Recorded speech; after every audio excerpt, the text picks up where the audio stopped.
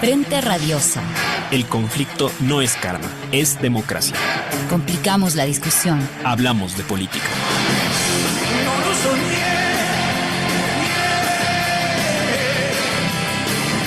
Deja que me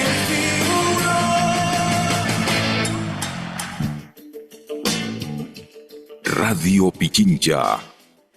Hola, ¿qué tal? Buenas tardes con todos y con todas. Bienvenidos nuevamente a Frente Radiosa, un espacio que, como lo decimos semana tras semana, está comprometido con debatir y agitar la política. Soy Isabel Díaz y esta tarde los acompañaré en la conducción del programa. Aprovecho para recordarles que estamos en vivo a través del dial de Radio Pichincha 95.3 FM y 94.5 para el noroccidente de la provincia, así como también para parte de Santo Domingo y de las provincias de Esmeraldas y Manabí. Esta es una coproducción del Foro de los Comunes y de Registro Aurora. Pueden seguirnos en nuestras redes sociales, comentar en vivo el programa, enviarnos sus preguntas. Nos encuentran en Facebook, Twitter, Instagram como Frente Radiosa. Hacemos también llegar un caluroso saludo a Línea Dura, medio de comunicación digital ubicado en New Jersey, quienes retransmiten este espacio radial para la comunidad migrante en Estados Unidos. Saludamos también a la coordinación técnica desde los estudios centrales y a todo el equipo de producción del programa. Esta tarde queremos conversar sobre la coyuntura política nacional. Y para dialogar al respecto nos acompaña ya en estudios Franklin Ramírez, él es sociólogo y profesor de Flaxo Ecuador, y en breve se suba también a la transmisión Alondra Santiago, periodista. Bueno, para arrancar con la discusión, creo que es importante situar algunos elementos. Aquí en Frente Radios hemos conversado ya en varias ocasiones sobre las prácticas autoritarias que caracterizan al gobierno de Daniel Noboa y también a sus antecesores, me refiero a los gobiernos de Lasso, de Moreno sobre todo. Ahora puntualmente en el caso de Daniel Noboa, las prácticas de manual autoritario con las que nos encontramos son evidentes. No admite contendientes en la ley electoral. Ejemplo de ello es la prohibición de la candidatura de Jan Topic, la expropiación incluso de Telconet en una clara revancha o amenaza política, ¿no? Esta amenaza y persecución a opositores también se evidencia, por ejemplo, cuando sacan videos puntualizando cuáles son figuras cercanas a otros partidos, normalmente de la Revolución Ciudadana, de las izquierdas, la CONAIE, etcétera, que podrían estar cercanos a las movilizaciones que han sacudido o que, bueno, comienzan a sentirse en las calles del país hoy, en las últimas semanas también. Es un gobierno que controla instituciones y que además intentará aferrarse al poder de facto mientras funge como candidato, justamente por eso la suspensión de la vicepresidenta Verónica Abad, y que nos gobierna a través de un estado de excepción permanente. Todo esto enmarcado en un discurso completamente agresivo. A pesar de que la protesta aún es escasa, vemos que las formas de reaccionar del gobierno son tal cual, agresivas. El frame que nos presentan de las protestas es el mismo que tenía ya el presidente Moreno cuando se refieren a los ciudadanos en las calles como enemigos del pueblo, apuntan a posibles infiltrados. Ejemplo de ello es el video que saca ayer la ministra Palencia junto a policías, o bueno, justamente amenazando a la marcha por el Día Mundial de la Erradicación de la Violencia contra las Mujeres en caso de que vaya a haber infiltrados. Lo mismo ocurrió ya con la marcha del jueves pasado, aquella que también se dio previo al gran feriado que nos entucaron justamente por el colapso eléctrico al que el país además está sometido. Entonces, es en este contexto que nos preguntamos si es que en Ecuador no hay luz, tampoco hay democracia, ¿qué es lo que hay? Y sobre todo, ¿cuál es la racionalidad del gobierno? ¿Qué le permite actuar de esta manera? ¿Son acaso sus últimos golpes despóticos? Con esto arrancamos Frente Radiosa. Bienvenidos.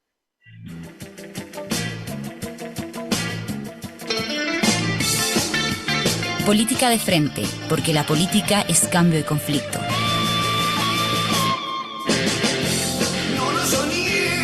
Radio Pichincha. Bueno, ahora sí, para dar la palabra a nuestros invitados, Franklin, bienvenido nuevamente al programa. Quisiera arrancar pidiéndote una lectura general de la situación que atraviesa el país, una suerte de divorcio entre el neoliberalismo y la democracia liberal, últimos golpes despóticos. ¿Cuál es tu lectura sobre lo que acontece hoy por hoy en Ecuador? Bienvenido. Gracias por la invitación, buenas tardes con todos, todas. Sí, efectivamente, a partir de la estabilización de la crisis energética, del colapso virtual del sistema eléctrico del país, se ha profundizado la sensación de una incapacidad gubernativa para resolver problemas y necesidades básicas de la población. Si a inicios de año teníamos que el Estado ya no podía proveer un bien básico como la seguridad de la sociedad, de la ciudadanía, en el segundo semestre se agrega esta idea de que el Estado tampoco puede proveer un recurso fundamental para la vida diaria, para la vida más o menos digna de la ciudadanía, como es la luz eléctrica. Y ambas incapacidades reflejan un virtual colapso del Estado en la provisión de bienes fundamentales para la ciudadanía. Lo que se suma a la crisis económica, la crisis del sistema social, los incendios que, por ejemplo, se viven ahora en el sur del país, en Cuenca, en Loja, antes en Quito, ¿no? Una serie de fenómenos en los que el Estado y el gobierno aparecen por omisión, aparecen a cuentagotas, dejando que alguna fuerza, algún actor o la propia sociedad resuelvan estos problemas. En medio de eso, ¿no? De una acumulación de malestares, de una policrisis y de un virtual colapso de las capacidades estatales para resolver problemas mínimos, vemos que el presidente Daniel Noboa, el gobierno de Daniel Noboa, ha acelerado las tendencias despóticas, las formas autoritarias, de referirse a sus adversarios, a la sociedad, de intervenir en el resto de poderes, como en una lógica que mina todo Estado de Derecho, que mina el equilibrio entre poderes. Todo esto en vísperas de las elecciones, ¿no? Entonces, un colapso estatal en medio de una crisis social profunda, frente a la cual el gobierno no tiende ningún puente con la política, con los actores sociales, con la ciudadanía, sino que le increpa, le denuncia, le asedia, y cierra todo procesamiento democrático de las múltiples insatisfacciones. Entonces, a mí me parece que la pregunta es, ¿a quién le habla Noboa?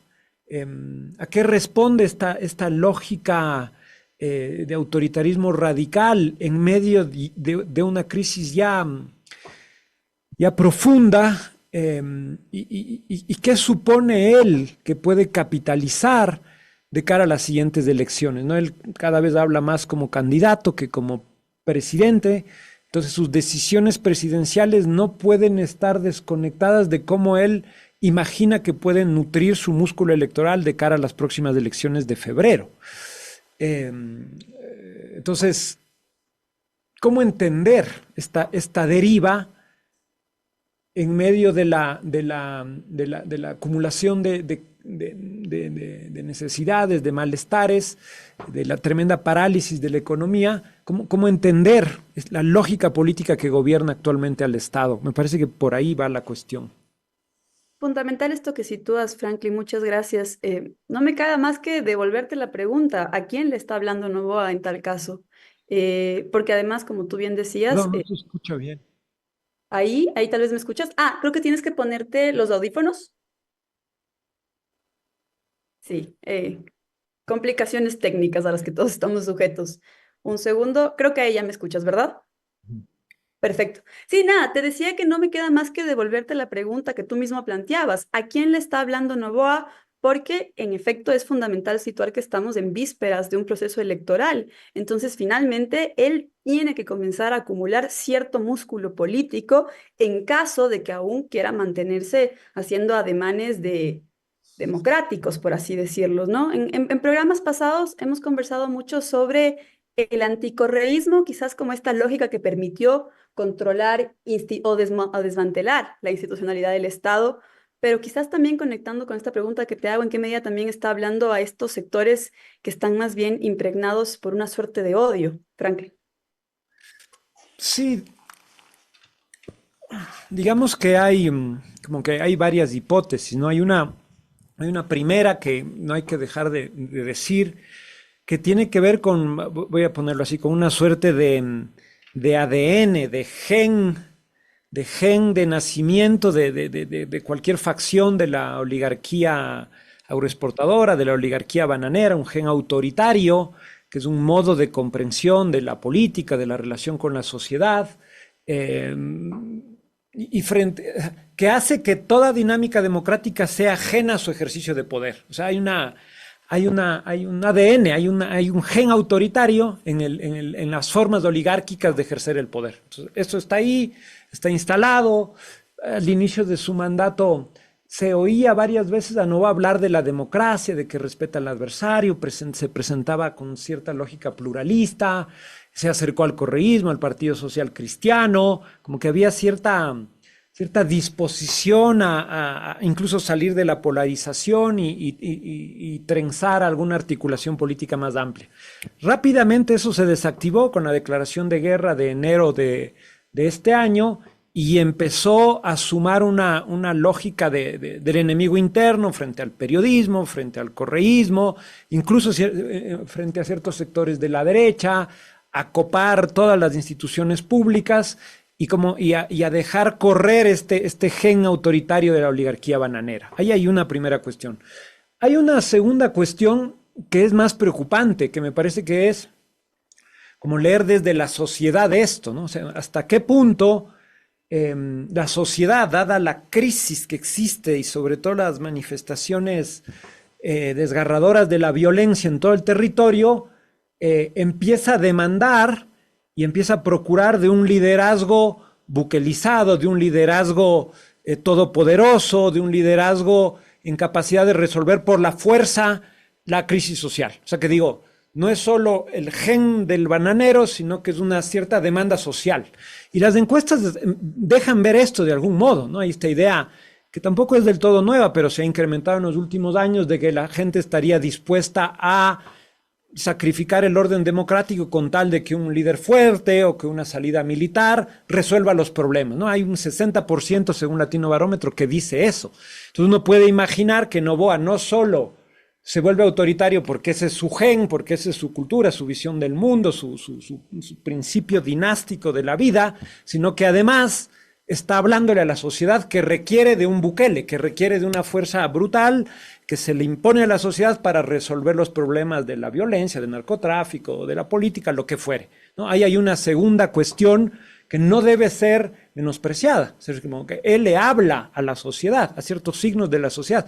Cuando habló hace poco en Esmeraldas, de los 3 palos, con esa alusión así toda grotesca y desconfigurada, yo tiendo a pensar que sus estrategas le deben estar diciendo algo como, eso le gusta a la gente, esa bucaramización de tus formas le habla a ciertos sectores, hasta qué punto ahí hay una idea de que ya perdió las clases medias y ahí tiene que hablar a los sectores plebeyos y populares. Esto habría que verlo mejor en las encuestas y por eso hace esos ademanes y esas referencias. Entonces esta sería una segunda hipótesis, no incompatible con la primera, y una tercera, que quizás tiene 2 brazos, la voy a mencionar ahora rápidamente para dar la palabra a Londra, es esta idea de que la crisis energética ha provocado un enorme impacto y un enorme desgaste al gobierno, como nada antes le había provocado este nivel de desgaste. También las encuestas empiezan a reflejar eso, aunque ya antes las cifras de la violencia reflejaban que había problemas de gestión y que la sociedad empezaba a reaccionar frente al mal gobierno de Noboa. La crisis energética es como que el último golpe a su imagen, a su credibilidad, a su capacidad de gestión, etc. Entonces, frente a ese desgaste, frente a esta cosa de que no se recuperen las encuestas, de que la lógica tiktokera, la mentira, la posverdad, no termina de funcionarle, aunque conserva un colchón de votos y de apoyo que no es menor, frente a eso, él juega la lógica autoritaria para como profundizar el caos, para agitar a sus adversarios, para agitar a la sociedad, y tener excusa de otro de otra suerte de declaración de guerra interna como la de enero. Es decir, como que está agitando las aguas para provocar una reacción que le permita una salida excepcional frente a la crisis porque él no está acumulando políticamente lo suficiente. O sea, él está anticipando su propio escenario de desgaste para evitar la continuidad del proceso electoral que está en curso, ¿no? Entonces, no es tanto una respuesta al presente, sino un modo de anticipar. Entonces, por eso es que frente a una marcha de 2.000 personas o la marcha del 25N, lo coloca como si estuviera en juego una movida golpista de lo más extrema, cuando vemos que el viernes no había ni un grafiti en la calle después de la marcha. Pero es esta idea de producir la imagen de que hay un colapso social, un ataque hacia su gobierno que le puede autorizar a otro nuevo estado de excepción, a una otra salida de fuerza, y que eso provoque algún movimiento fujimorista respecto a las próximas elecciones de febrero. Gracias, Franklin. De hecho, nos faltaba título para este programa, pero ya nos lo diste. ADN autoritario. Creo que ahí está, se encierra buena parte de lo que le ocurre al país hoy por hoy. Alondra, te doy la bienvenida. Para ponerte un poco en contexto, hasta ahora conversábamos con Franklin justamente sobre el colapso estatal de las capacidades institucionales para proveer servicios tan básicos como son, primero, la seguridad en su momento y ahora incluso la luz, ¿no? Hablamos de un Ecuador a oscuras y sin democracia. Y en este contexto vemos además esta aceleración o radicalización del autoritarismo del gobierno, de su discurso agresivo, represivo, incluso frente a movimientos ciudadanos en la calle que no alcanzan a ser masivos, multitudinarios, que apenas comienzan a hacer ciertos brotes y aún así vemos como la respuesta es absolutamente violenta, ¿no? Tanto material, físicamente hablando en la calle, en el encuentro con policías, como en los discursos que nos presenta el gobierno a través de, bueno, sus ministras, Mónica Palencia, estoy pensando ayer con la amenaza que hiciera previo a la marcha del día de hoy contra la violencia, bueno, contra las mujeres, ¿no? Entonces, más bien en este contexto, primero pedirte una primera lectura sobre el momento que atraviesa el país y ampliar esta línea de argumentación que venía desarrollando Franklin en torno a quién le está hablando el gobierno de Noboa. Finalmente, quiénes son en su cabeza sus interlocutores, por dónde está pensando en acumular músculo político, cierta venia de la ciudadanía, a sabiendas de que estamos en vísperas electorales, ¿no? Bienvenida, Londra, tienes la palabra. Gracias, Isa. Y Franklin, un abrazo, todo el cariño y agradecimiento, sabes, por todo, porque te agradezco también, pero un abrazo gigante. Isa, a ver, yo creo que bajo la lógica del enemigo, ¿no? Del correísmo como enemigo, por ejemplo, de Rafael Correa como enemigo, del pasado como enemigo, Daniel Noboa está siendo lo más autoritario. Creo que no está siendo lo más autoritario que puede ser porque falta más, pero creo que ha tomado la justificación de este viejo Ecuador, sobre todo porque él no menciona a Lenín Moreno, él no menciona a Guillermo Lazo, incluso cuando hay cosas en donde Guillermo Lazo resalta, él menciona el correísmo. Entonces está utilizando este enemigo común para tratar para polarizar, para fragmentar aún más la sociedad, porque además ya tiene el camino hecho. O sea, ya Daniel Noboa llegó a un momento donde el correísmo y el anticorreísmo estaba en su momento más de éxtasis, ¿no? Entonces, él dice, tengo que aprovecharlo, no puedo llegar con mi discursito de que el anti tiene techo y el pro es infinito, porque no me va a resultar. Me van a decir flojo, me van a decir que, ve, no puso mano dura, entonces lo que tengo que hacer es ir con todo y contra todo, pero contra todo es esa otra parte, ¿no? Que más allá, y si lo dejamos de lado lo que significa el correísmo, si lo dejamos de encasillar en la Revolución Ciudadana, es la gente que no tiene privilegios, la gente que no tiene salud, que no tiene educación, la gente que se está muriendo de hambre, la gente que sale a las calles. Entonces, por eso es que tú ves que en plena... el 20 de noviembre, que en plena manifestación ves a una persona que evidentemente es una persona que ha sido empobrecida porque no tiene servicio eléctrico y te está diciendo que esta gente está manifestándose por cosas absurdas. Porque probablemente el muchacho, si le explicaras bien las razones, hubiera ido a manifestar también.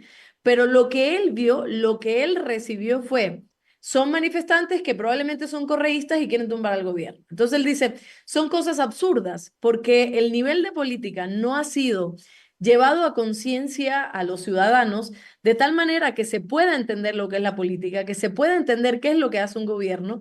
Simplemente te lo han precarizado tanto la conciencia política que lo único que estás pretendiendo es que las personas piensen que hay un enemigo y hay una persona buena.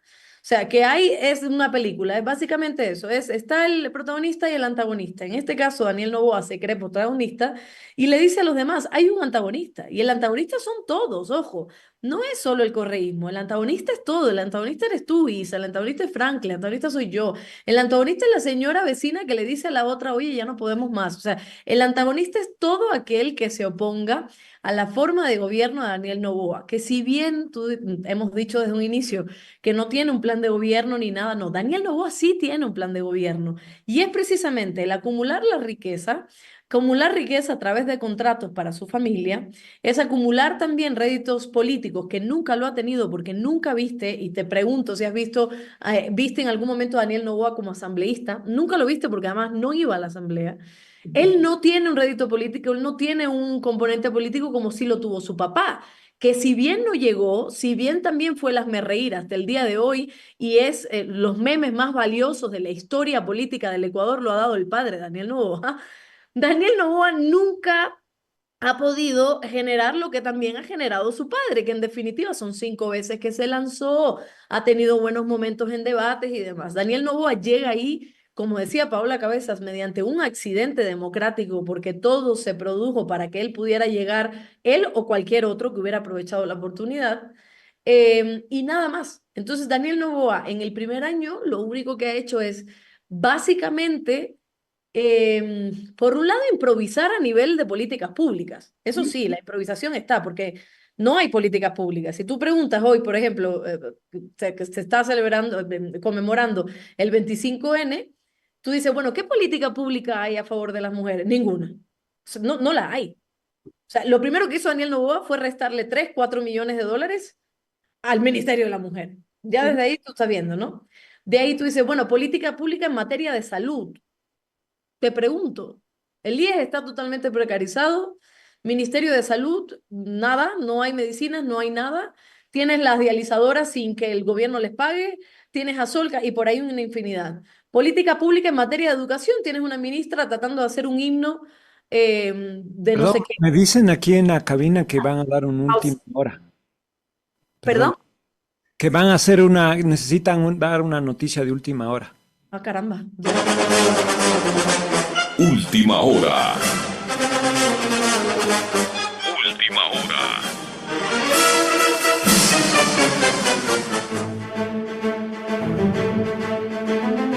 Amigos de Radio Pichincha, muy buenas noches. Les saluda Edison Paucar con las noticias de última hora en estos momentos del Tribunal de Juzgamiento, integrado por los jueces Mercedes Caicedo, Marco Rodríguez y Pablo Loaiza. Comenzaron a emitir las sentencias a las 21 personas que se encuentran vinculadas al delito de delincuencia organizada dentro del caso Metástasis. Entre ellos está el expresidente del Consejo de la Judicatura, Wilman Terán, quien acaba de recibir 9 años y 4 meses de prisión, y el exdirector del Servicio Nacional de Atención Integral a Personas Adultas Privadas de la Libertad y Adolescentes Infractores de SNAI, Pablo Ramírez, quien también fue sentenciado a 9 años y 4 meses de prisión. En calidad de colaboradores también se sentenció a una pena privada de libertad de 9 años y 4 meses a 12 ex servidores públicos. Entre ellos se encuentran Ronald Guerrero, Johan Marfetán, María José Aguirre, Carlos Zambrano, Víctor Alcíbar, Doris Oviedo, Armando Ruiz, Ángel Leal, Fernando García y Edín Isa. Además, los jueces acaban de informar que se emitió una pena de sentencia de 7 años para Catherine G., Kevin P., Braulio M. y Eduardo R. Hay que recordar que el caso Metástasis surgió luego de la muerte del narcotraficante Leandro Norero, y a partir de los celulares de narcotraficante la fiscalía abrió este caso y que ya emite las primeras sentencias, y repetimos, entre ellos está la sentencia al ex presidente del Consejo de la Judicatura, Wilman Terán, quien recibió 9 años y 4 meses de prisión. Esa es la información que se genera hasta el momento. Estuvo con ustedes Edison Paucar.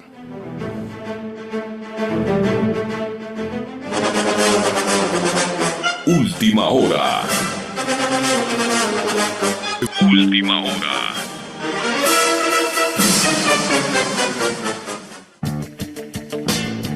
Radio Pichincha. Bueno, con esta información no sé si nos vamos a una pausa o seguimos con más del programa. No sé si me confirma producción. Seguimos. Ok. Alondra, bueno, no sé si quieres reaccionar a lo que acabamos de escuchar, que de alguna manera está entrelazado. Por favor, veo que asientes con la cabeza. Ah, tu micrófono, Alondra, perdón. Perdón. Sí, hace como, sí, 9 años.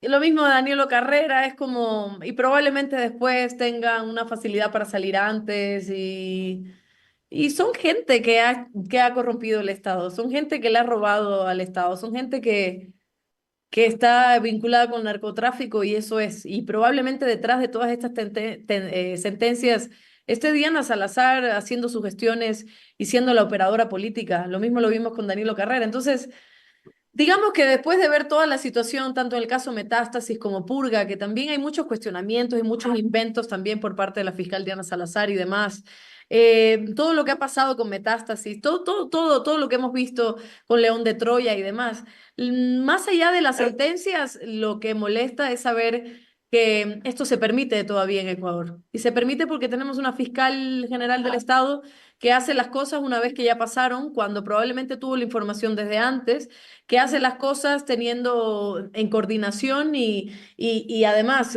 recibiendo también muchísimo de quienes están involucrados en estos actos. Entonces, el sinsabor está ahí, es como, no me resulta, wow, qué maravilloso que haya pasado esto en Metástasis, porque al final Ecuador ha sido perjudicado y tenemos el rostro de la corrupción, que es Diana Salazar, frente al poder de la justicia. Entonces, nada, es más de lo mismo.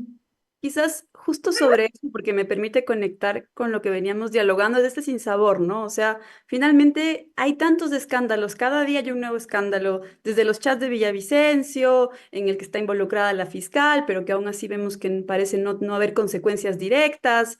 Entendemos cómo ciertas sentencias luego son utilizadas más bien como distractores, ¿no? Entonces, entiendo que por ahí haya ese sinsabor que de alguna manera es con lo que me quedo de tu comentario último, Alondra. Y quizás por eso decía, con eso conectando y volviendo a pensar en este momento, que es, bueno, es un periodo que vive el país, ¿no? De neoliberalismo autoritario, de desinstitucionalización, en el que distintos poderes del Estado están salpicados no solo por corrupción, sino también por, bueno, vínculos con el narcotráfico, otras formas de violencia organizada.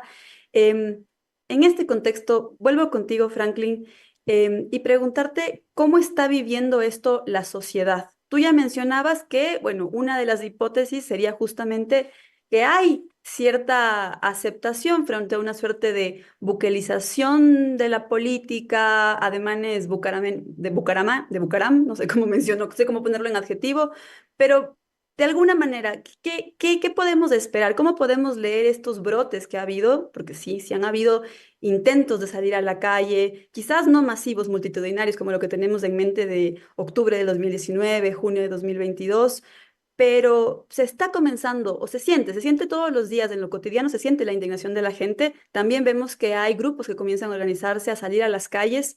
Hay quienes dicen, bueno, finalmente lo que nos queda es esperar al proceso electoral, a sabiendas de que no sabemos cuán transparentes van a ser las elecciones, en qué medida podemos hablar de un campo de juego mínimamente horizontal cuando el presidente se aferra al poder, aunque sea candidato. En este contexto, ¿cómo lees tú las reacciones ciudadanas y sobre todo estos intentos de organizarnos y salir a la calle? O sea, yo diría que ahí hay una primera cuestión, es de este segmento al que preferentemente le hablaría Noboa, que no es menor, que está como apelando y en procura de una salida fuerte, de un hombre fuerte, de una salida que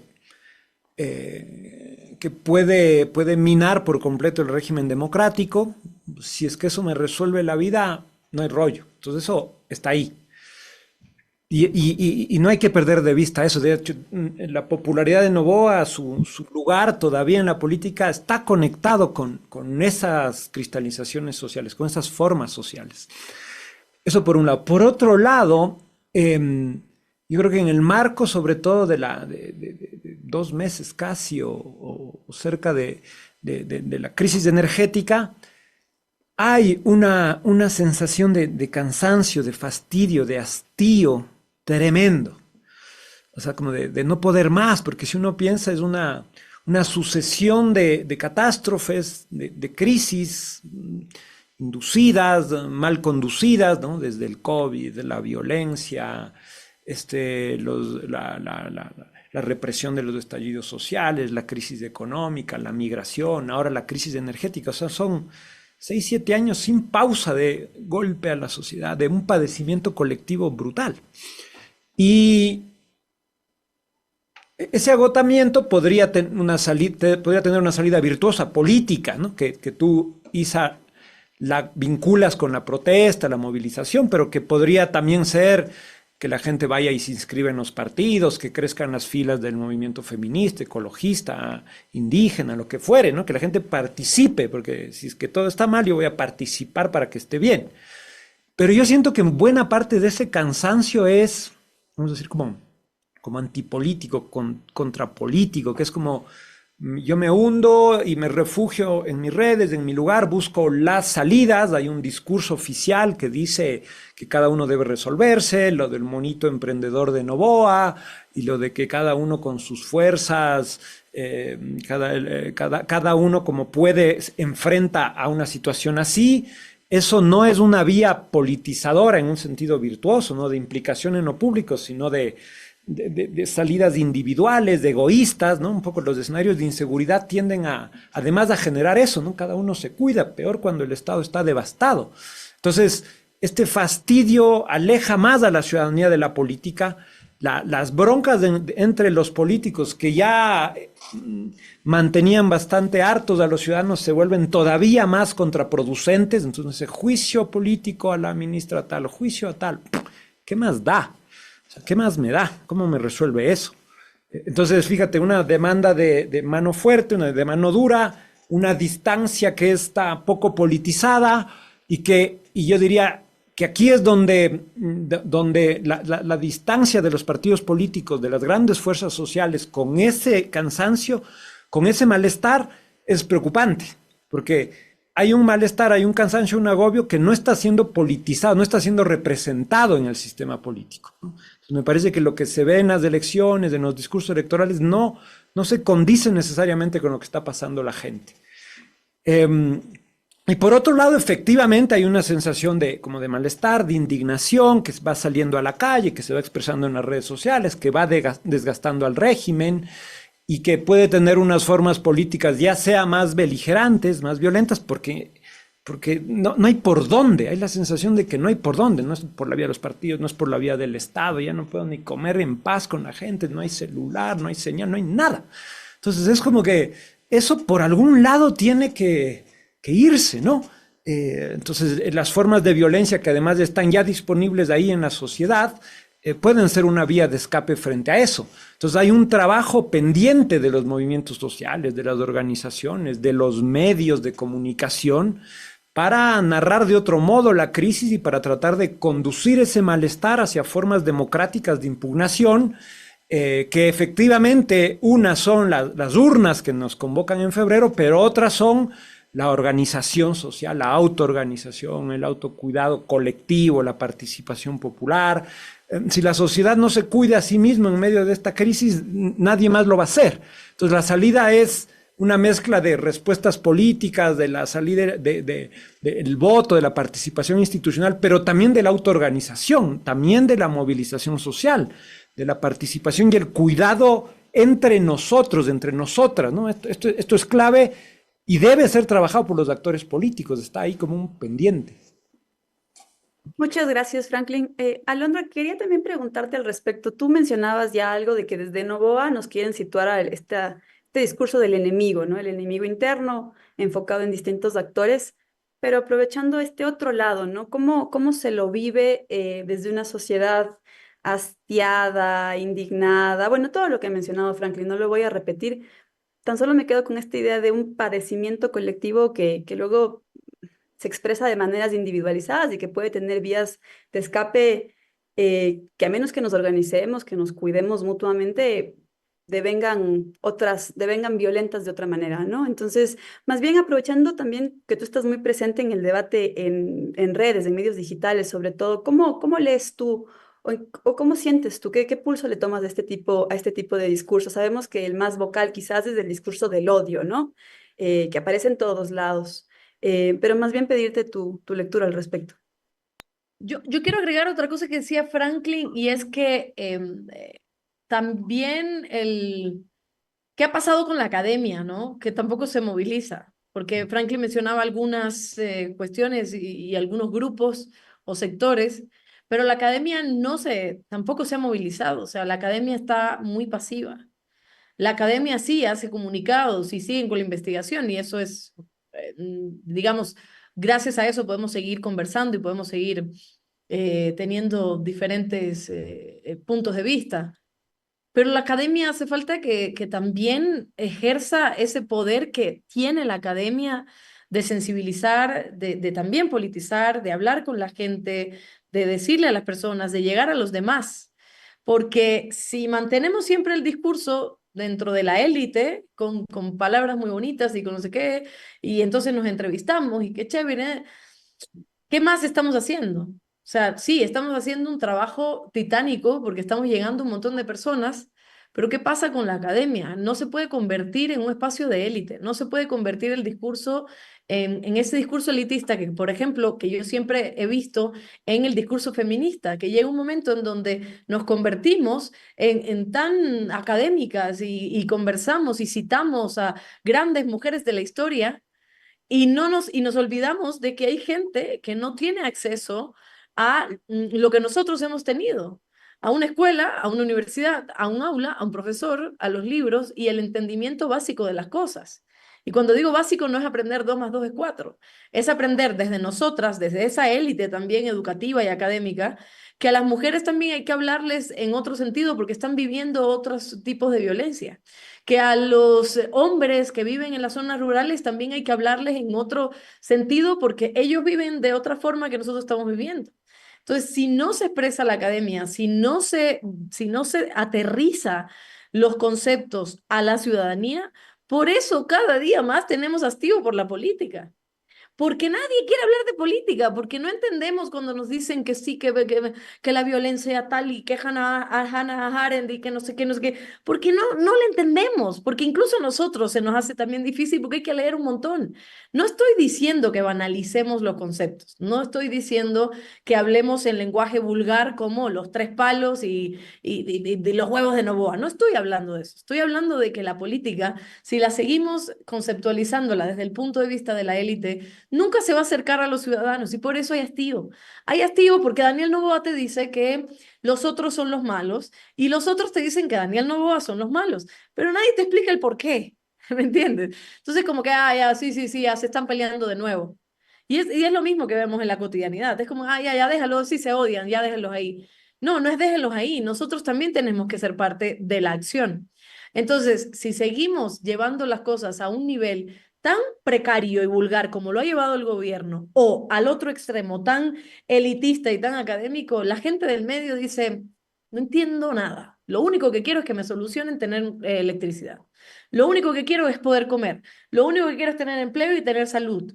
Claro, pero ¿cómo le explicas a la gente que tener empleo, tener salud y tener electricidad también son componentes que equivalen a un resultado de la política?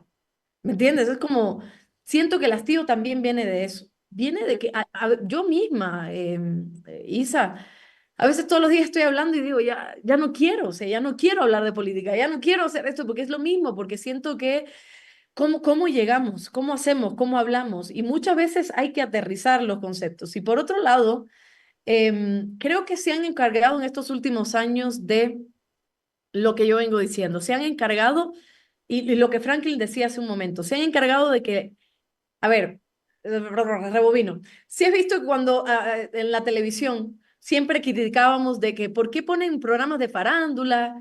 ¿por qué ponen este tipo de programa? ¡Qué vulgaridad! Y la gente te decía, es que la gente quiere eso. Y la televisión te decía, es que la gente quiere eso. Y tú preguntabas como, no entiendo, ¿cómo la gente va a querer vulgaridad? ¿Cómo la gente va a querer malas palabras? ¿Cómo la gente quiere mujeres desnudas y hombres? No, no entiendo. Y la televisión siempre te decía, los que trabajan en la televisión, la gente quiere eso. Y hay que darle lo que la gente quiere. Y Franklin decía esto, el equipo de Daniel Noboa le está diciendo a Daniel Noboa, ok, estás en un barrio del sur de la ciudad de Guayaquil, la gente quiere vulgaridad. Y eso es un grave, grave error. Porque Daniel Noboa simplemente, no es que se está rebajando, porque la gente no está a un nivel tan, digamos, vulgar. Daniel Noboa está llevando a que la gente eh, consuma eso y que la gente diga, bueno, eso es lo que tenemos, mañana vamos a votar a uno igual o peor, porque eso es lo que hay.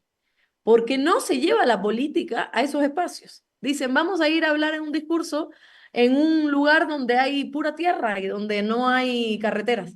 Ok, esa gente vamos a hablarle de mi huevo, vamos a hablarle de los tres palos. Esa gente es lo que quiere. Y cuando tú hablas de verdad con esta gente, lo que quiere es hablar y comunicar sobre la necesidad que tienen de tener servicios básicos, la necesidad de un derecho. No te lo van a explicar como lo explicas tú, Isa, como lo explica Franklin o René Ramírez o yo, pero te lo va a decir de la mejor forma, que es la forma en la que ellos viven y nosotros no.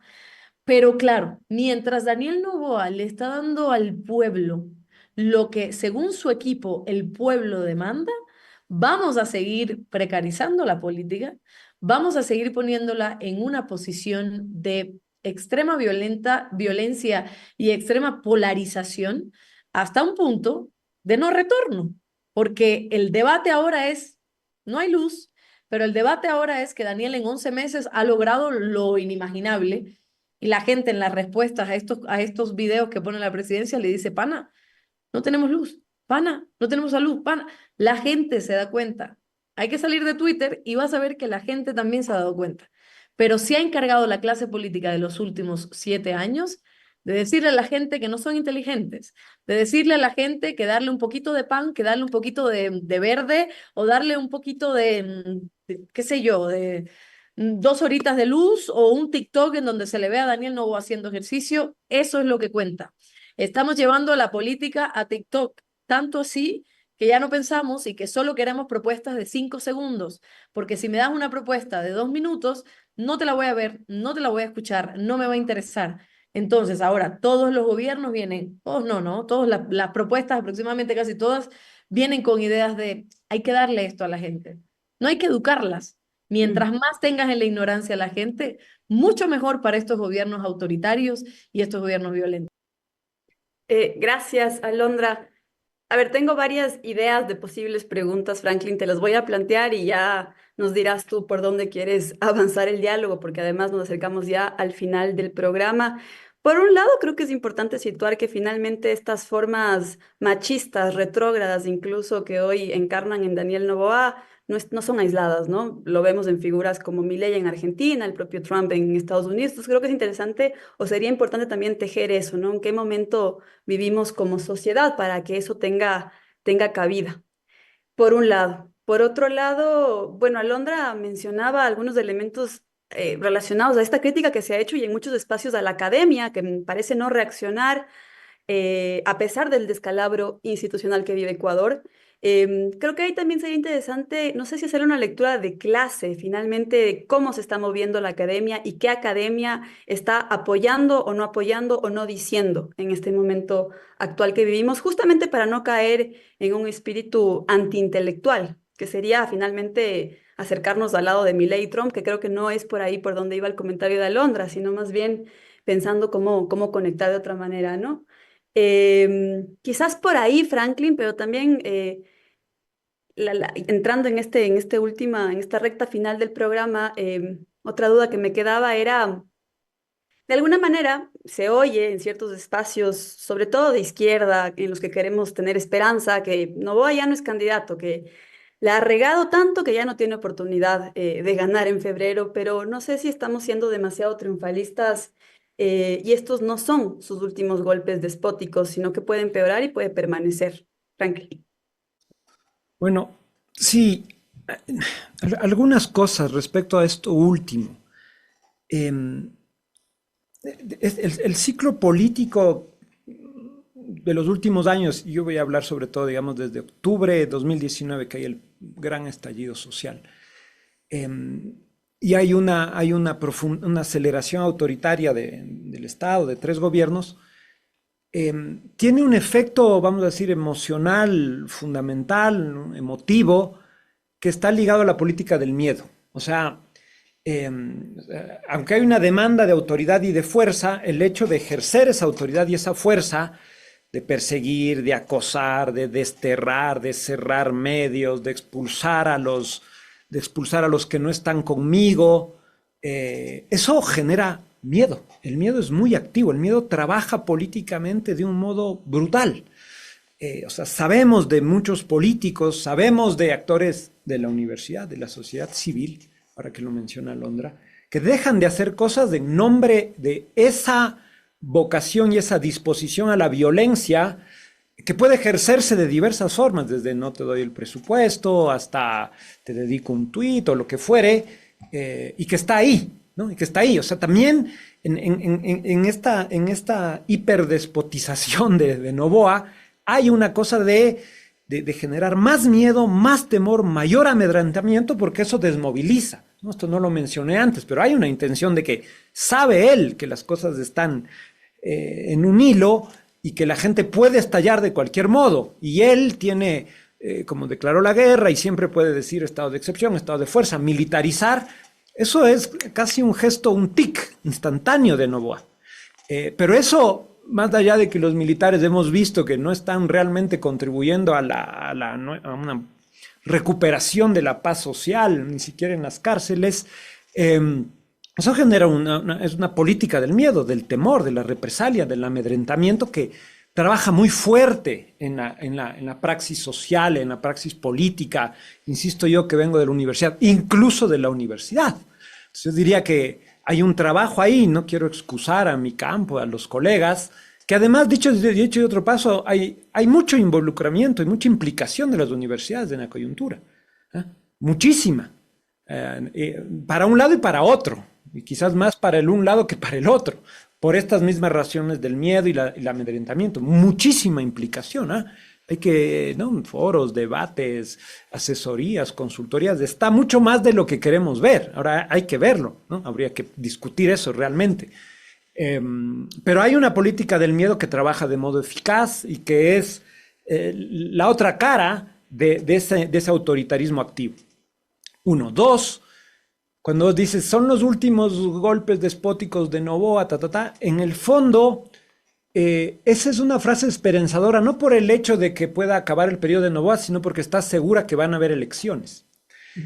Yo estoy tratando de poner en duda esa cuestión. O sea, acabamos de ver en los últimos 15 días como 2 decisiones absolutamente desprovistas de justicia, de apego a derecho, la destitución de la vicepresidenta y la propia antojadiza y arbitraria expulsión de Topic de la papeleta. El gobierno tiene un control brutal sobre el Tribunal Contencioso Electoral, que además tira sanciones a asambleístas, a alcaldes cuando quiere, y entonces está usando eso ahora. Imaginémonos si las cosas se crispan más para el gobierno, ¿cómo puede usar esas instituciones electorales en contra de la propia democracia? Vamos a decirlo así. Eso está ahí. O sea, el optimismo tuyo no es tanto porque gane o quien pierda, ¿no? Porque a mí me parece que ya es optimista pensar que el proceso electoral va a fluir democráticamente. Y yo creo que esa es la alerta fundamental que hay que colocar. Hay que defender la democracia. Se requiere un gran frente democrático para sostener las elecciones, que en este momento son efectivamente la única válvula para que el pueblo elija de modo soberano los rumbos que se vienen, ¿no? Esto es fundamental. Entonces los movimientos, la academia, los medios, todos debemos jugar en la protección del proceso electoral y de los derechos de participación de la gente. Y esto lo vinculo con una sentencia que hizo la Corte Constitucional hace poco, o que la ratificó respecto a los derechos de protesta y el estado de excepción, ¿no? Que el gobierno se ha pasado por alto y sale Palencia a amenazar con los policías a la marcha del viernes, a la marcha de hoy, como alegando de que no se puede protestar porque estamos en estado de excepción por la inseguridad y cuando la Corte dijo que es un estado de excepción con limitaciones, que no suspende los derechos de la protesta, que no suspende derechos políticos fundamentales. Y esto como que el gobierno hace oído o se hace el sordo frente a esto, y me parece que los actores de la sociedad, los actores políticos no han evocado lo suficiente el lugar de esta sentencia en este momento mismo. Es fundamental preservar también ese derecho de cara a sostener las elecciones y de cara a que la ciudadanía pueda expresarse en medio de este paisaje desolador. Y lo último que yo diría, o sea, son dos cosas. Por un lado, esto que dice Alondra de todos son mis enemigos, ¿no? O sea, todos son otros, todos son adversarios, ya no solo es del correísmo, sino todos. Yo en las últimas semanas estoy de acuerdo con eso, pero hay un sutil desplazamiento en el discurso del gobierno, ¿no? El viernes sacan un comunicado diciendo los correístas protestaban, como uno dice, ¿y qué tienen que protestar los correístas? Es como... Pero cuando uno lee la nota, ellos dice, Noboa se coloca como el político joven, nuevo, outsider, que enfrenta a la vieja política y pone en el mismo saco a Lasso, y ahí viene la detención de Carrera, y al correísmo. Entonces sigue jugando en esta lógica de yo el nuevo contra todo lo viejo, yo el héroe frente a toda la mafia desgastada. Y yo creo que ahí viene la utilidad, y no es por casualidad, me parece a mí, que venga la sentencia de Carrera y ahora la de Wilmar Terán, porque ahí está diciendo, miren lo que estoy haciendo yo. No creo que son unas decisiones de la justicia aisladas del proceso político, ¿ya? Me parece que eso le permite a Noboa poner en el mismo saco a todos y decir, miren lo que yo estoy haciendo por todos ustedes. Y esto además, en una lógica que ahora Alondra hablaba de las redes sociales y tal, o sea, vemos que el presidente tiende sistemáticamente a mentir, entre comillas, ¿no? Y esa es la lógica del algoritmo, la lógica de Trump, de Bolsonaro, que es la que está gobernando la política también.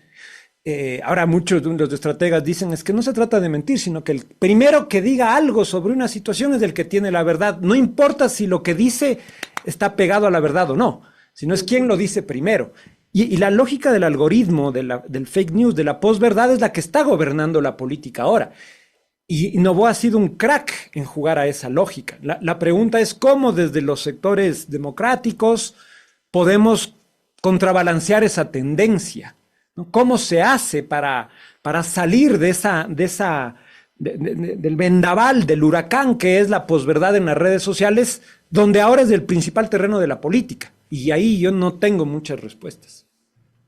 Muchas gracias, Franklin, Alondra, por habernos acompañado esta tarde. La música me indica que ya se nos acabó el tiempo. En todo caso, me quedo con esta idea. Finalmente estamos en un momento en el que la defensa es de la democracia, lo más básico. Y cuando nos quieren inocular miedo, bueno, finalmente gracias a Alondra, por ejemplo, por habernos acompañado esta tarde. Tú eres vivo ejemplo de que a pesar de la persecución y del miedo, podemos seguir hablando, podemos seguir levantando la voz y cada uno en nuestros espacios encontrar o buscar formas de articular para que el padecimiento no sea individual, sino en conjunto, acompañado. Y que encontremos vías de salida a eso. Bueno, con eso cerramos el programa. Gracias a Franklin Ramírez, a Alondra Santiago por habernos acompañado esta tarde. Nos vemos el próximo lunes a las 6 de la tarde con más de Frente Radiosa. Hasta luego. Chao.